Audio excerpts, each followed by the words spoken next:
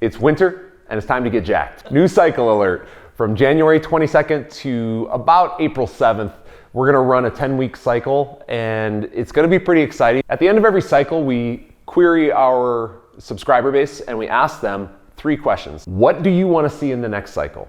This is usually pretty interesting because people come up with some really interesting, crazy ideas. What do you want to continue doing? So over the last bunch of weeks, we did this, that, and the other. What do you want to keep seeing because you're enjoying it so much? What do you hope to God that you never see again? First, they said that they liked the switch to 2 strength days per microcycle.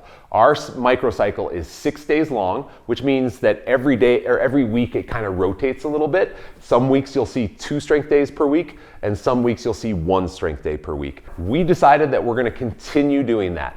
We're going to change it from this deadlift front squat and shoulder press and dip focus to now we're going to do the push press and we're going to do a high bar back squat or simply just a back squat. Those 2 exercises are going to be done in the traditional Jim Wendler 5-3-1 format. If you've never done this, it's actually a really fun way to train because it is percentage based, which means you have to test those exercises.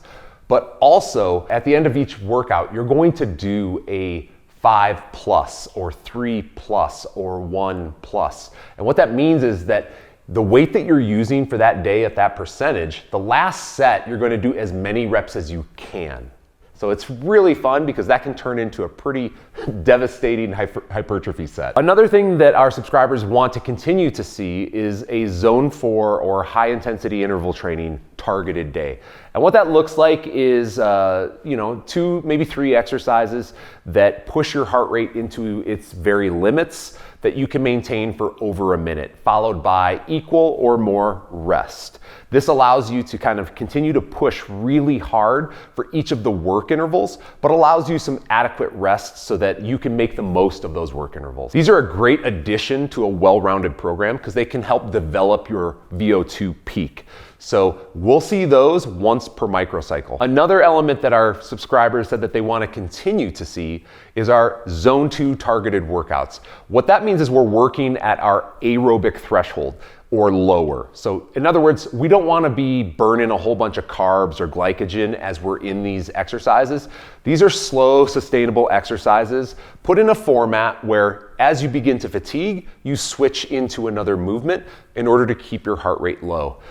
These exercises generally aren't full body, high intensity exercises. These are more static movements, like you may do some planking after a 3-minute run. Developing your zone 2 aerobic base is so important because many people who have participated in a CrossFit-like program have really increased their anaerobic thresholds, but have really decreased their aerobic thresholds. They've trained their body to utilize carbs and a high heart rate very well, but they have omitted the low heart rate, easy stuff that allows you to go for longer. This can be called aerobic deficiency, and it's something that if you address it once or twice per week, you can really see some big improvements in your overall fitness. What's new to the program?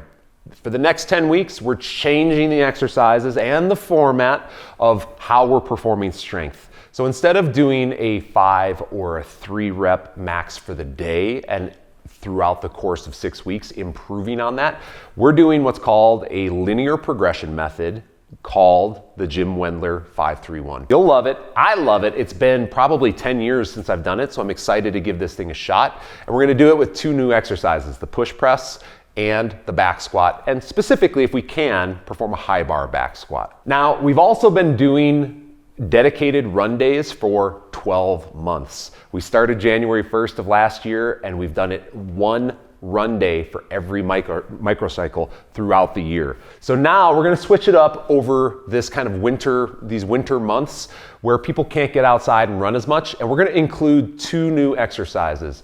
We're going to do dedicated rowing days only or dedicated air bike days only. And we're going to target 3 different energy systems. The first is going to be your aerobic system, where you're going to go for longer distances for a set time, where you can either look at your heart rate or base it off of a rate of perceived effort that would be fairly easy, like RPE 2 to 3 out of 10. Second, we're going to target lactate threshold paces. So these are those paces where your legs begin to burn, but you have to recover during the slower sequences. We'll have those built in there. And again, we'll base those off of RPE, and you can also kind of target a certain heart rate. And then lastly will be our VO2 targeted ones. And these are more like sprints followed by long rests or recovery efforts. And these are difficult mentally and physically. So be ready to challenge yourself, but you'll only see each of those about 3 times because we're doing it over a 10-week cycle, and there's 3 different types of workouts that you're gonna see only once per week. The last new change that we're gonna make is we're omitting any Oli technique work like we've been doing on Thursdays. And I know that's gonna bum some people out because they've really been enjoying it, but we're gonna include something that's important this time of year. And what that is consistency. And I'm gonna offer you guys a workout on Thursdays that you can plug in any day of the week that you have low motivation, but you know you should work out that day. So these workouts are not gonna be incredibly intense or cause a bunch of stress on your body, because if your brain is telling you not to work out, chances are that you probably should be taking a rest or an active recovery day. These are gonna be more targeted towards that, but you're gonna move for 10 to 20 minutes and it's going to feel fairly easy. It will require very little warm up at all and very little equipment. So this is something that you could do in your living room. This is something that you could do at work if you have a little space. We are gonna make sure that you guys, if you have 1 second of motivation, that if you take that Thursday workout, you can plug it in on a Monday when you've got too much stuff to do, but you wanna remain consistent with the program. There's plenty of days I come home from work at 7 a.m. on basically my first day off that I do not wanna work out. This is something that you could plug in on a day like that where it's just like, I know my body needs movement right now because movement is medicine. What are we no longer doing? Well, there's a couple. First, we're not gonna do any more running on a treadmill or outside for the next 10 weeks. And that is because it's winter, it's difficult, it gets icy. We want you guys to be safe, and we wanna mix it up so that when you can run outside, you're ready to do it. Second, we're gonna get rid of that Oli technique work on Thursdays in favor of keeping you guys consistent and having a plug and play low motivation day. Third, you're gonna notice that there's going to be a break from any pulling strength or stamina work.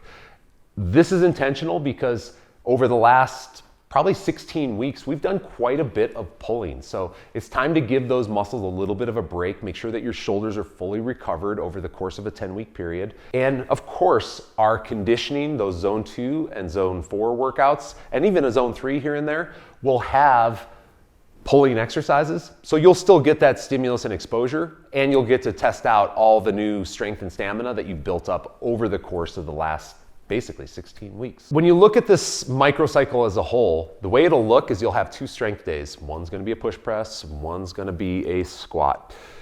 You'll also do a zone 2, zone 3, and a zone 4 workout. That equates to 5 workouts per week. The active recovery day, which we're gonna call basically keep it moving or low motivation day, you can plug and play that wherever you want.